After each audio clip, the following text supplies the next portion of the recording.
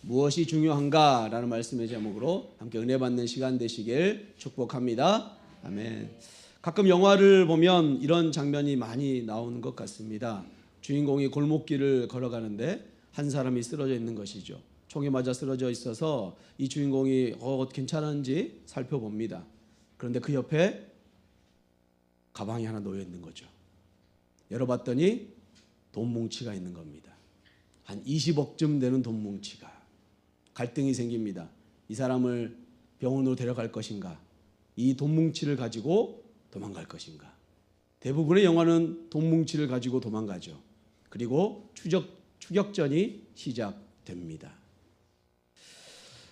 만약 여러분이 이 주인공이라면 여러분 어떤 선택을 하시겠습니까? 이 사람을 살리는 일, 아니면 이 20억의 돈을 가져가는 일. 어떤 선택을 하시겠습니까? 우리의 양심은 이미 답이 정해져 있지만 그렇게 되면 그 순간 우리의 뇌는 풀 가동을 하게 될 것입니다. 갈등이 찾아오겠죠. 오늘 말씀 가운데서 이러한 모습이 그려집니다. 예수님께서 제자들과 함께 배에 오르셨죠. 갈릴리 호수를 건너편 거라사인의 땅, 이방인의 땅으로 가십니다. 예수님께서 그 땅에 가신 목적이 있었죠. 이방인들에게 복음을 전하기 위함이었습니다.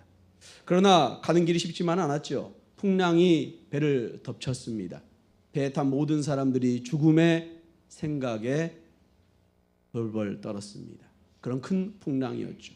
하지만 예수님께서는 말씀 한마디로 그 풍랑을 잠잠하게 하셨습니다. 이 모습을 본 제자들이 두려워하고 놀랍게 여기지요. 그리고 배에 오르신 목적대로 호수 건너편에 도착하십니다.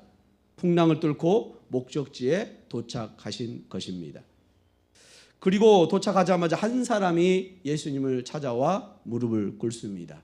이름 없는 귀신 들린 자였죠. 그것도 군대 귀신 들린 자였습니다. 많은 귀신이 들렸다는 것이죠.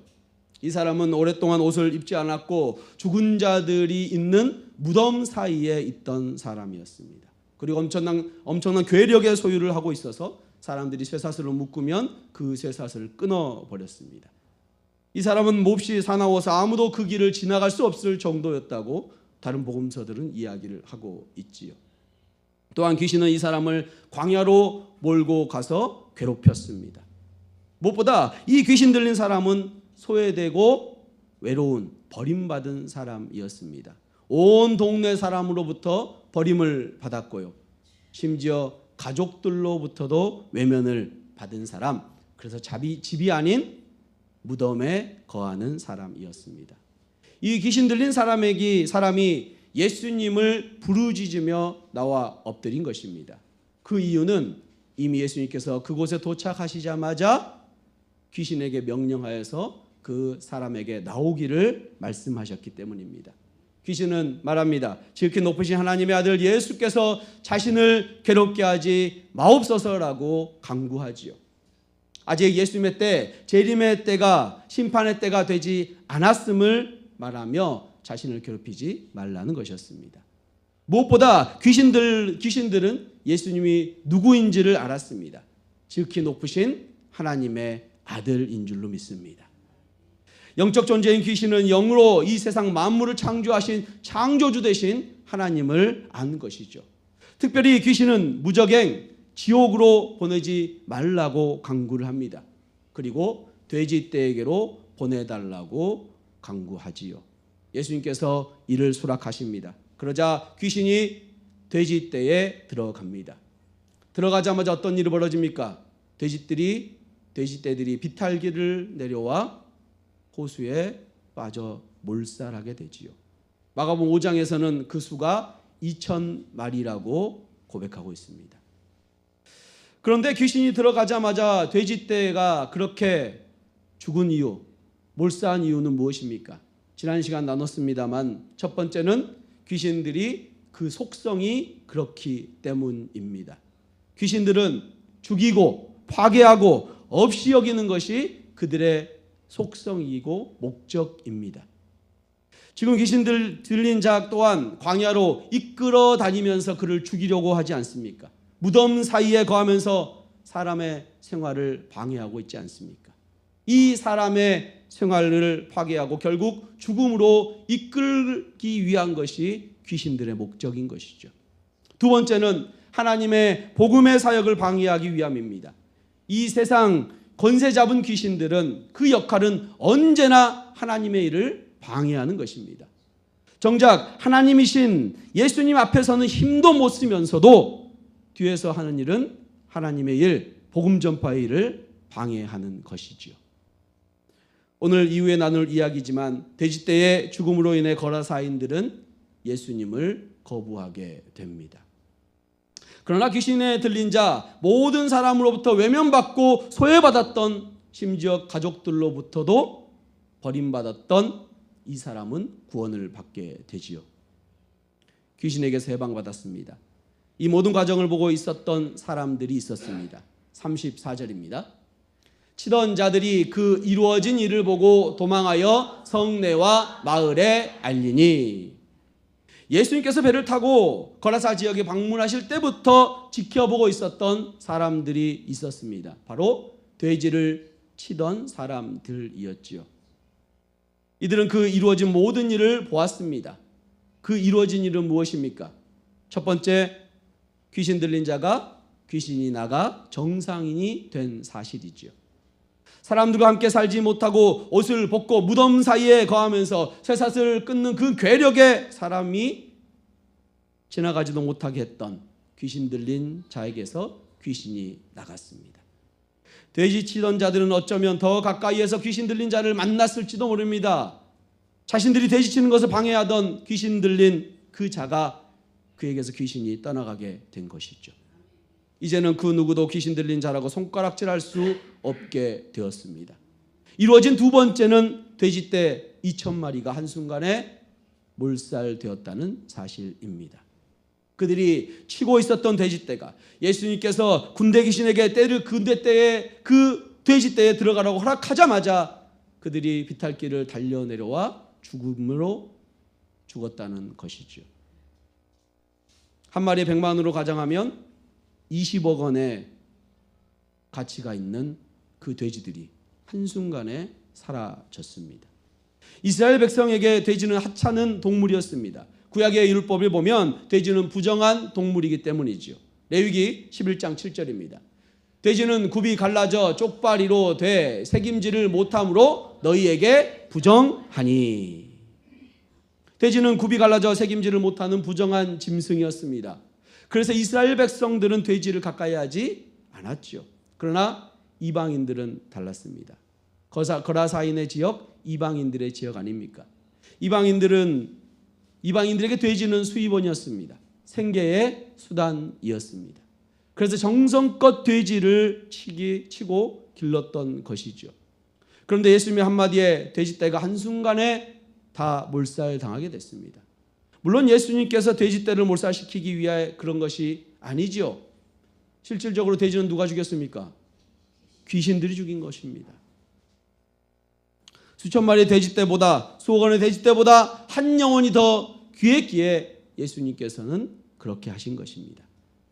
그러나 돼지치는 자들이 본 것은 결과적인 것뿐이죠. 과정과 동기는 그들에게 중요하지 않습니다. 자신들이 치던 돼지떼가 죽은 것만 중요했던 것이죠. 치는 자들이 이 사실을 보고 놀라며 마을로 도망했습니다. 그리고 그 이루어진 일을 마을 사람들에게 알렸습니다. 이제 이 소식이 온 마을, 온 동네에 퍼지게 되었죠. 사람들이 달려옵니다. 가장 먼저 달려온 사람이 누굴까요? 만약 집에 불이 났습니다. 사람들 불구경을 하지요. 하지만 헐레벌떡 달려오는 사람이 있습니까? 있습니다. 누굽니까? 집주인이겠지요. 돼지떼의 주인들이 가장 먼저 달려왔을 것입니다. 35절입니다. 사람들이 그 이루어진 일을 보러 나와서 예수께 이르러 귀신 나간 사람이 옷을 입고 정신이 온전하여 예수의 발치에 앉아 있는 것을 보고 두려워하거늘. 아멘. 한 걸음에 달려온 사람들이 보게 된 것은 그 이루어진 첫 번째, 귀신 들린 자가 정상인으로 된 모습이었습니다. 오랫동안 헐거벗어서 아무것도 입지 않고 있던 그가 옷을 입고 부끄러움에서 가렸습니다. 수천 가지 악한 인격을 지녔던 그가 온전한 정신이 되었습니다. 그는 죽은 자들이 있는 곳에 떠도는 사람들이었지만 이제 집에 돌아갈 수 있게 되었습니다. 그리고 지금은 예수님의 발치에 앉아 있습니다. 아니, 이게 어떻게 된 것입니까? 부끄러움을 몰랐던 사람이, 짐승과 같던 사람이, 스스로 학대를 했던 사람이, 미쳐서 무덤 사이에 잤던 사람이 변화되었습니다. 단정히 옷을 입고 온전하고 잠잠한 사람이 되었고, 마음의 평화를 얻었고, 사람들과 함께 집에 거주하고 생활할 수 있게 되었습니다. 변화되었습니다. 더 놀라운 사실은 그가 지금 예수님 앞에 무릎 꿇고 있다는 사실이지요. 할렐루야. 그 누구도 손댈 수 없던 이 사람이 이렇게 변화된 이유는 무엇입니까? 왜 갑자기 180도 변화된 사람이 되었습니까? 바로 예수 그리스도를 만났기 때문입니다. 할렐루야. 물과 바람을 잠잠하게 하시는 그분, 귀신 들은 자의 마음과 그 모든 걸 온전케 하시는 그분을 만났기 때문입니다. 여러분, 예수님을 만나면 변화됩니다. 예수님을 믿게 되면 삶이 변한 줄로 믿습니다. 예수 믿고 구원받은 우리의 삶에 어떤 변화가 있었습니까? 아니면 아직도 옛 모습으로만 가지고 있지는 않습니까? 변화는 작은 것으로부터 시작합니다. 예수님을 나의 주인으로 인정하는 것으로부터 시작합니다. 주님 앞에 무릎 꿇는 것에서 시작한다는 것이죠. 아무것도 아닌 것 같지만 이것이 가장 중요한 첫 단추입니다. 물론 그 시작의 삶의 모든 영역에 이루어지지는 않습니다. 하지만 예수님을 우리의 인생의 주인으로 인정하고 고백하고 나면 그 나중에 우리의 모든 삶에 예수님을 인정하게 될 줄로 믿습니다. 예수님께 무릎 꿇는 자에게 나타나는 변화는 바로 예배입니다. 예배를 참석하게 되지요. 처음에는 1년에 한두 번 참석하다가 한 달에 한 번, 이제 매주 예수님을 찾게 됩니다. 그리고 또 어느 순간 매주 주님을 찾고 있는 자신을 발견하고, 아마도 여기에 앉아있는 여러분, 저와 여러분 모두 그런 경험을 해보셨을 것입니다. 나아가 우리의 삶에서도 변화가 생기죠. 어느 순간 식사 기도를 하는 자신을 발견하게 됩니다. 어려움이나 아픔이 있을 때 먼저 주님께 기도하게 되지요. 기쁜 일이 있을 때 주님께 감사로 나가게 됩니다. 주님의 은혜를 받은 자는 반드시 삶의 변화를 경험하게 된다는 사실을 믿으시기 바랍니다. 지금 여러분은 어느 단계의 변화를 경험하고 계십니까? 어느 단계이든 그 단계가 끝이 아님을 기억하시길 바랍니다. 우리는 주님을 만나는 그날까지 예수 그리스도를 닮아간 작은 예수가 되어야 될 줄로 믿습니다. 그런데 이 놀라운 역사, 영적으로 죽은 자가 살아난 이 놀라운 은혜의 현장 가운데 다른 반응을 보이는 자들이 있습니다. 마을에서 소식을 듣고 달려온 사람, 돼지떼들 주인들, 또 구경꾼들. 이들은 귀신 들린 자가 귀신이 없는 자, 자유자가 된 것을 보았습니다. 몇 년 동안인지 모르지만 귀신 들린 자는 온 동네에 문제하였습니다. 문제거리였죠. 그런데 그 사람이 치유받았습니다. 이웃집 형이었고 이웃집 동생이었는데 나음을 받은 것이죠. 그런데 동네 사람들은 그를 어떻게 바라보고 있습니까? 그들은 두려워했다라고 말하고 있지요. 왜 두려워했습니까? 이웃의 형, 동생이 나음을 받았는데 왜 두려워하겠습니까? 달려가서 안아주고 너가 해방되었구나, 축하한다, 그렇게 더 위로해주고 기뻐해야 되는 것이 아닙니까? 그런데 이들의 반응은 두려움이었습니다. 이들을 놀라게 한 것은 사단 마귀 위에 계시며 귀신 들린 자를 회복시키시는 예수 그리스도의 능력을 보았던 것이죠. 그것도 2000이 넘는 군대 귀신을 쫓아내는 하나님의 능력 말입니다. 이들의 두려움은 그 하나님에 대한 두려움이었습니다. 하나님의 임재 앞에 나타난 경외의 두려움 말이죠. 이 두려움은 경건치 못한 자들의 모습 때문입니다.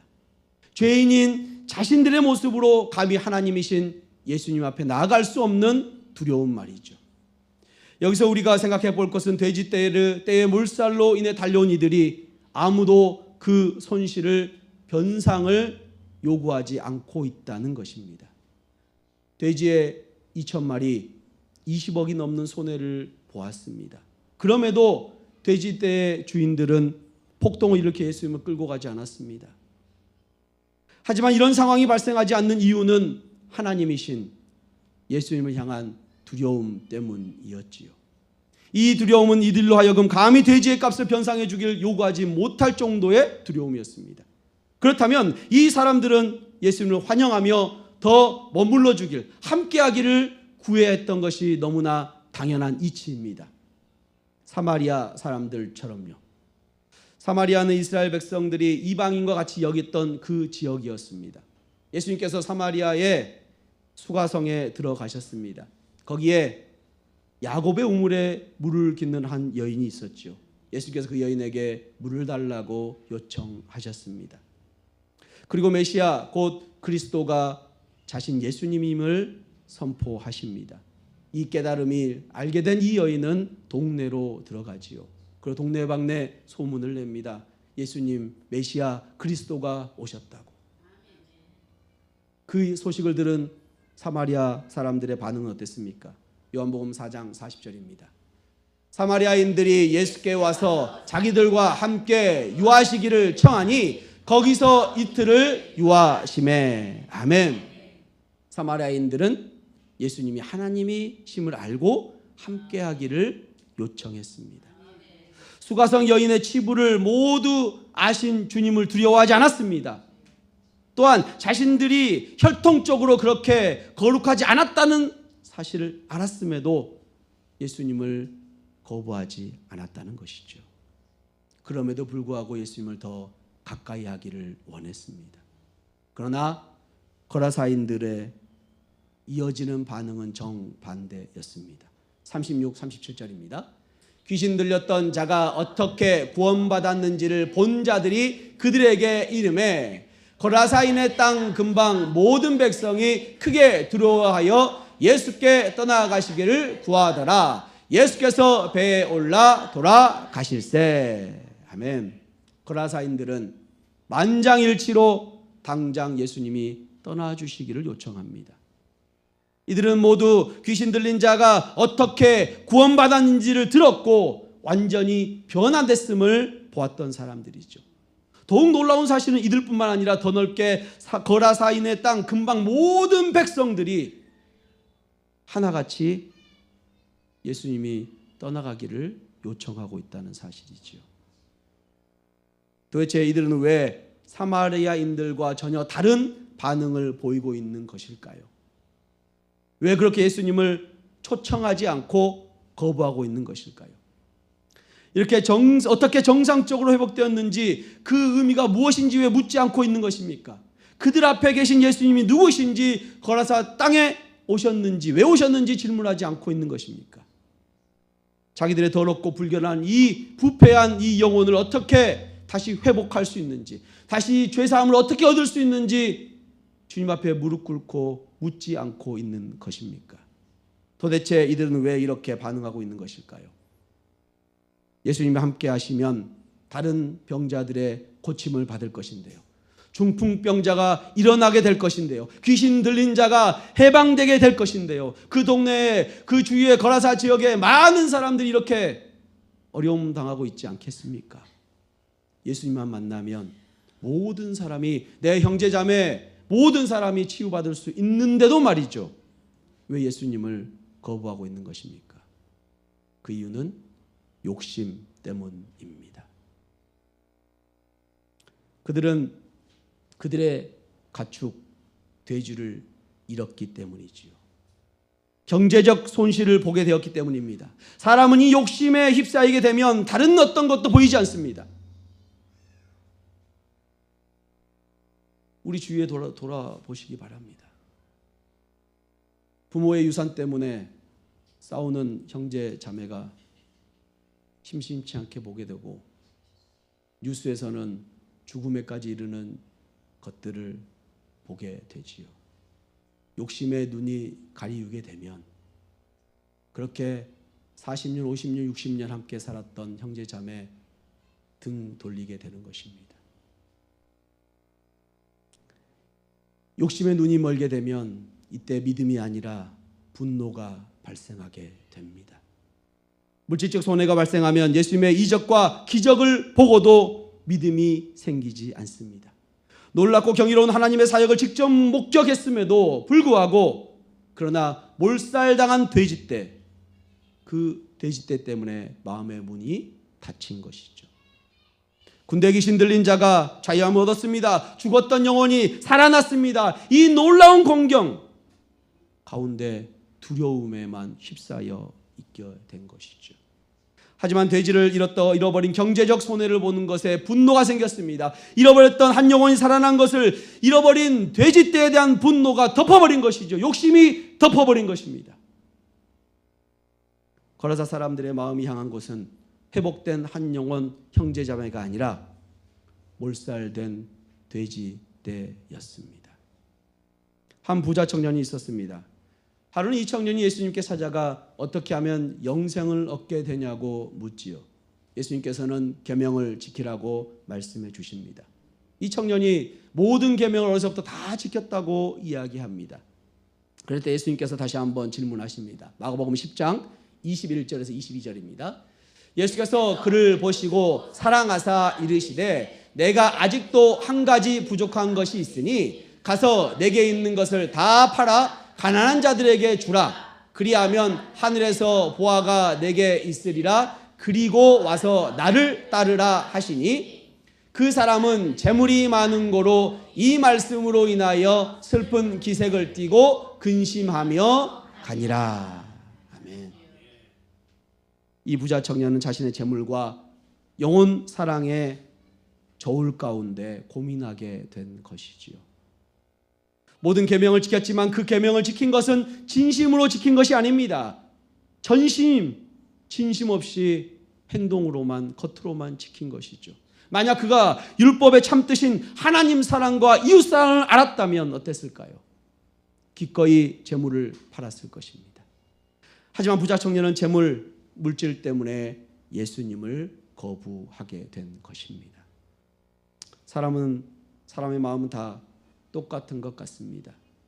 물질, 재물 앞에 약해집니다. 영국의 어떤 농부 소가 기르는 소가 새끼소를 2마리를 낳습니다.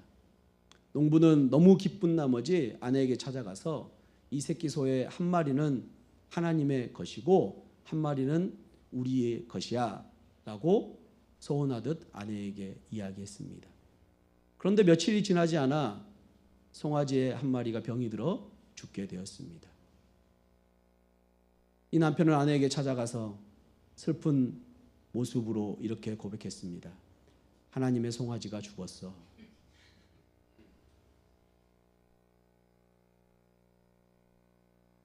이 농부의 모습, 특정한 한 사람의 모습만은 아닙니다.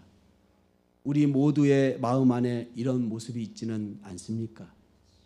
결국 거라사인들의 욕심 때문에 그들은 예수님을 거부합니다. 여러분, 오늘 이 놀라운 구원의 은혜를 경험한 사람, 지켜본 사람 서로 반응이 달랐지요. 구원의 은혜를 경험한 사람은 주님 앞에 무릎을 꿇었고 하지만 그 옆에서 지켜본 사람은 예수님을 거부했습니다. 우리는 어떻습니까? 예수님의 은혜를 경험한 사람입니까? 아니면 바라만 본 사람입니까? 예수님께 무릎 꿇고 있습니까? 아니면 예수님을 거부하고 있습니까? 이 세상의 가치와 비교해서 주님을 밀어내고 있지는 않습니까? 세상 물질 때문에 예수님의 은혜를 거부하고 있지는 않습니까? 마태복음 6장 24절입니다. 한 사람이 두 주인을 섬기지 못할 것이니 혹 이를 미워하고 저를 사랑하거나 혹 이를 중히 여기고 저를 경히 여김이라. 너희가 하나님과 재물을 겸하여 섬기지 못하느니라. 아멘.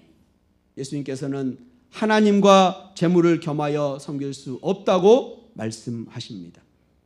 우리의 죄악된 욕심을 너무나 잘 아시는 주님께서 하나님과 재물을 함께 섬길 수 없다고 말씀하고 계시는 것이죠. 우리에게 선택을 해야 한다는 것입니다. 여러분은 어느 쪽을 선택하시겠습니까? 예수님의 공생의 3년을 보여주는 복음서를 보면 예수님께서 복음을 전하실 때 선물 공세를 하지 않았음을 알 수 있습니다. 금, 은, 그 은을 주고 믿게 하지 않으셨다는 것이죠. 하나님께서는 진리를 깨닫게 하시고 그 깨달음으로 주님의 자녀들이 자복하고 회개하며 눈물로 주 앞에 나아가게 되는 것, 그걸 통해 믿게 하셨습니다. 하지만 사단은 교묘하게 물질의 축복을 통해 믿게 만듭니다. 결국 이러한 믿음엔 물질이 어려움이 닥치면 깨지고 말지요. 여러분, 하나님과 재물 중 어떤 선택을 하겠습니까? 성경은 모든 재물을 팔아 주님께 드리라고 말씀하고 있지 않습니까? 말씀하고 있지 않습니다. 초대교회의 모습을 보십시오. 자기의 재물을 팔아 자기가 거지가 되는 것이 아니라 주위의 형제 자매가 가난한 자가 없게 하는 공동체가 만들어졌습니다.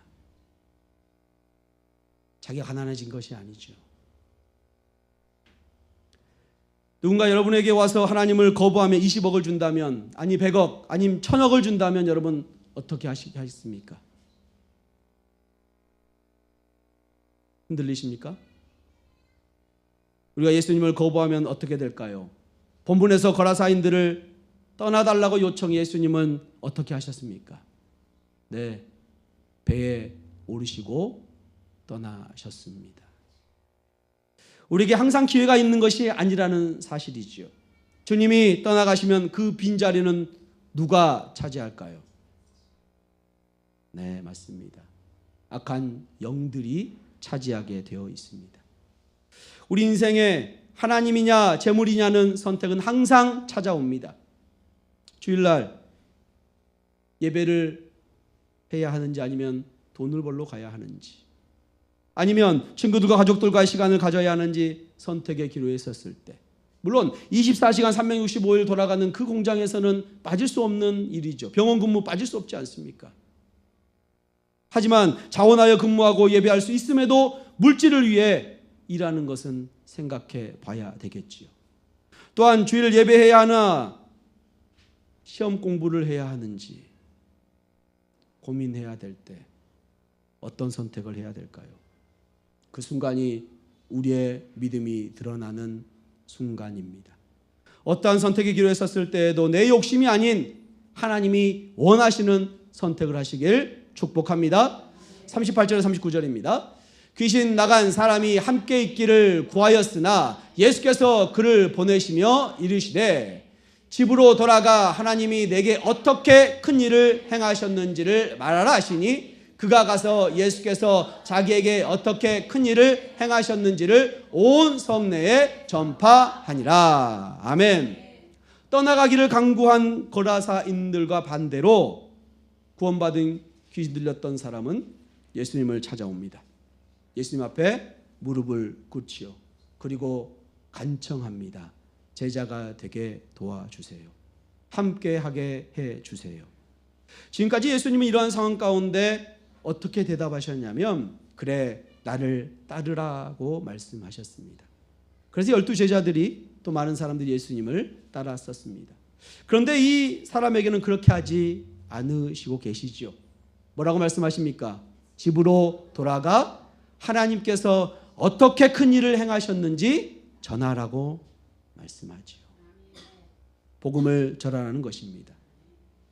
그런데 단 한 번 예수님을 만난 그가 어떻게 복음을 전할 수 있을까요? 예수님에 대해 아는 것이 하나도 없는데 말이죠.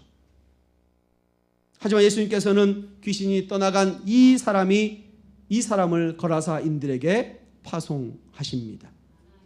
그곳에서 등불의 역할을 감당하라는 것이죠. 이 사람은, 예수님께서 이 사람에게 명령하신 것은 그가, 하나님께서 그에게 어떻게 큰 일을 행하셨는지 그 받은 은혜대로 전하라고 하십니다. 이 이후의 일은 주님께서 책임지시겠다는 것이겠죠. 예수님께서는 복음을 거부하며 예수님을 떠나보내는 거라사인들이지만 그들에게도 은혜를 베풀어 주시는 사랑이 많으신 주님이신 줄로 믿습니다. 예수님의 사랑과 은혜는 세상 그 어떤 것보다도 깊고 넓은 줄로 믿습니다. 사랑하는 성도 여러분, 여러분의 인생 가운데 무엇이 중요합니까? 우리를 자녀 삼아주신 그 은혜보다 더 중요한 것이 무엇이 있습니까? 예수님의 모든 것을 다 버리라는 것이 아닙니다. 우리의 삶에 우선순위가 있다는 것이죠. 우리를 구원해 주신 그 놀라운 그 구원의 그 사실을 알면서도 우리는 고난이 닥치면, 어려움이 닥치면 제일 먼저 주님을 외면합니다. 주님을 원망하지요. 특히 물질의 문제가 끼면 더욱 그렇습니다. 받았던 은혜를 잊고 눈앞에 집중하게 되죠. 출애굽했던 이스라엘 백성들을 보십시오. 10가지의 놀라운 기적, 장자의 죽음까지 해서 넘어가게 하셨던 그 주님, 그 은혜를 눈으로 목도했음에도 불구하고 불과 며칠 되지 않아 홍해 앞에서 물이 없다는 이유로, 음식이 없다는 이유로 주님을 원망했지 않습니까? 이것이 우리 인간의 실체입니다. 죄악된 인간의 모습이죠.